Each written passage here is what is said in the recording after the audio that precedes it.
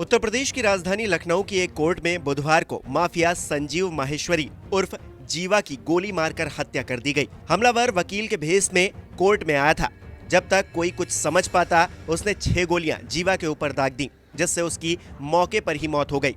संजीव माहेश्वरी को माफिया मुख्तार अंसारी का काफी करीबी बताया जा रहा है। वो मुख्तार का शार्प शूटर हुआ करता था। बीजेपी के बड़े नेता ब्रह्मदत्त द्विवेदी हत्याकांड में संजीव को उम्र कैद की सजा सुनाई गई थी। संजीव पर 1-2 नहीं बल्कि पूरे 2 दर्जन केस थे। मुजफ्फरनगर के आदमपुर गांव के रहने वाले संजीव ने 12वीं कक्षा तक पढ़ाई की थी। 90 के दशक तक संजीव मुजफ्फरनगर में एक क्लिनिक पर कंपाउंडर का काम करता था।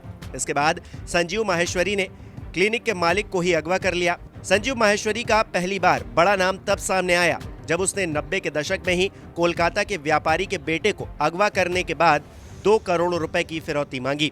फिर 1997 में मायावती को गेस्ट हाउस कांड में बचाने वाले और बीजेपी के बड़े नेता ब्रह्मदत्त द्विवेदी की हत्या में जीवा का नाम आया। इसके बाद साल 2000 में माफिया मुन्ना बजरंगी के जरिए संजीव मुख्तार अंसारी का भी करीबी बन गया। मुख्तार के संपर्क में रहकर ही वो अपना गैंग चलाता था और उसकी गैंग पूर्वी और पश्चिमी उत्तर प्रदेश में वारदातों को अंजाम दिया करती थी। जानकारी के मुताबिक संजीव अधिकारियों से साठगांठ कर जेल में फोन यूज करता था। जेल से ही वो अपने गैंग के सदस्यों को निर्देश देता था।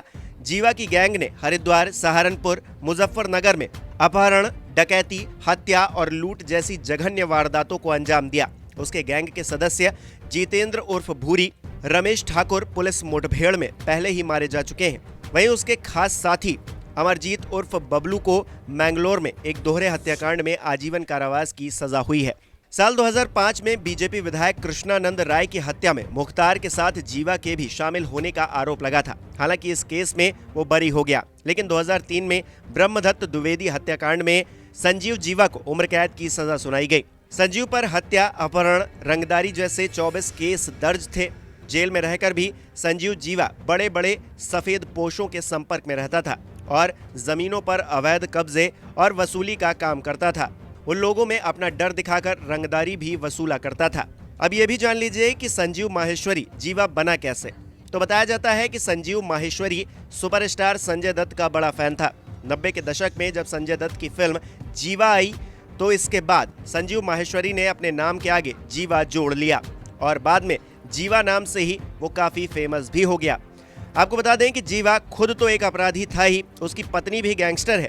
जीवा ने 2017 विधानसभा चुनाव में अपनी पत्नी पायल को राष्ट्रीय लोकदल से मुजफ्फरनगर शहर विधानसभा सीट से चुनाव लड़ाया था।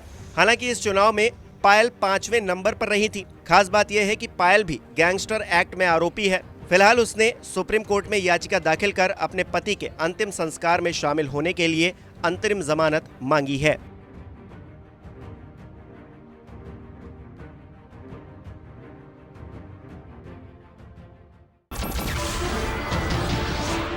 नमस्कार, मैं हूं मानक गुप्ता। अगर आपको हमारा ये वीडियो पसंद आया हो तो इसे लाइक और शेयर जरूर करें और हाँ, हमें सब्सक्राइब और फॉलो करना ना भूलें ताकि आप देश और दुनिया की कोई खबर मिस ना करें। तो जुड़े रहिए हमारे साथ और देखते रहिए न्यूज़ 24।